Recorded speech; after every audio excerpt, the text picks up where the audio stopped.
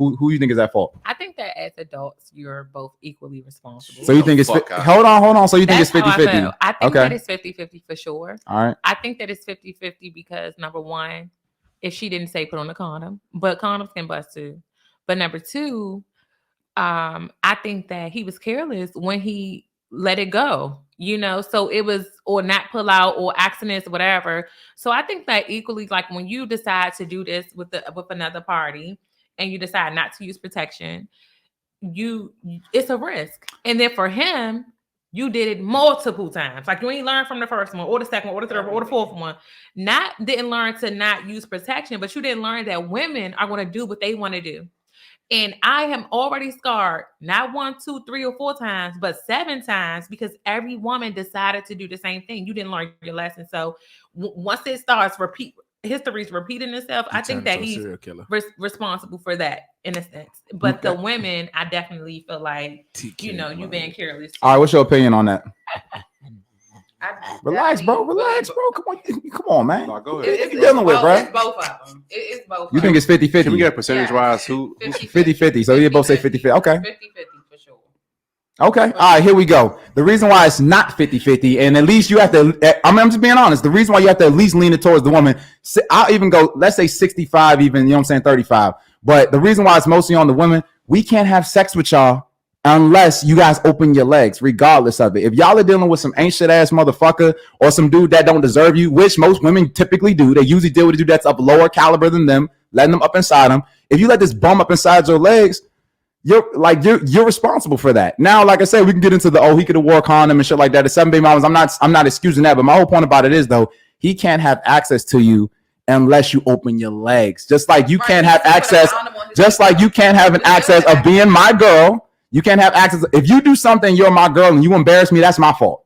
Because at the end of the day, I chose you. At the end of the day, you let this man in between your legs. Keep your legs closed. So if he comes up to you and he says, "Oh yeah, so we're gonna have sex now," and you choose not to let him in for business, how can he get in?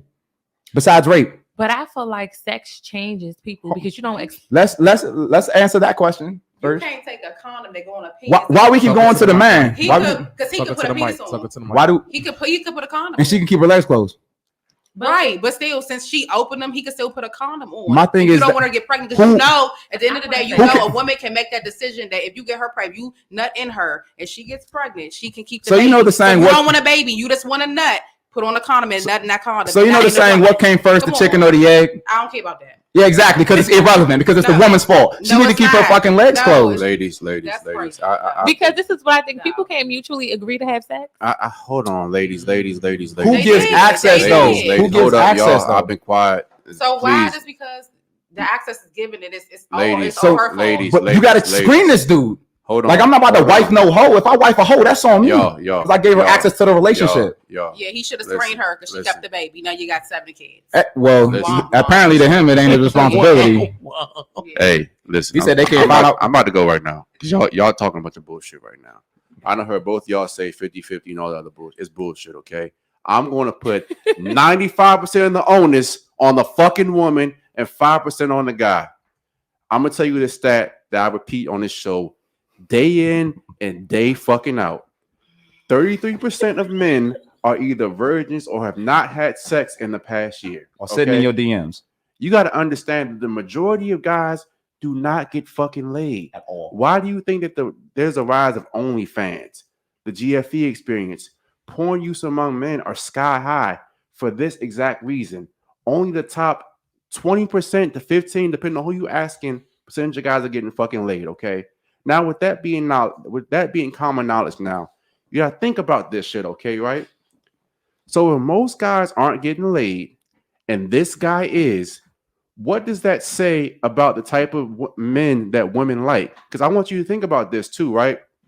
We have women down here all the time that say, I hate toxic men. I hate mixed signals. I hate guys that cheat. I hate guys that don't text me back. But if you ask them and their last 4 or 5 bodies, it's always out of the 4 or 5, 3 of them is toxic. So this is a common misconception. Women saying one thing and being attracted to another thing. Okay, I promise you, both y'all have dealt with toxic guys in the past. And I said this before again on the last show. If every woman in America came together and said, you know what? any guy that cheats, any guy that's toxic, any guy that wastes my fucking time, they're not getting laid. This country would change fucking yesterday. The onus is on y'all. So if most guys aren't getting laid and this guy is getting laid, whose fucking fault is that? Ain't All mine. right, so It's hers.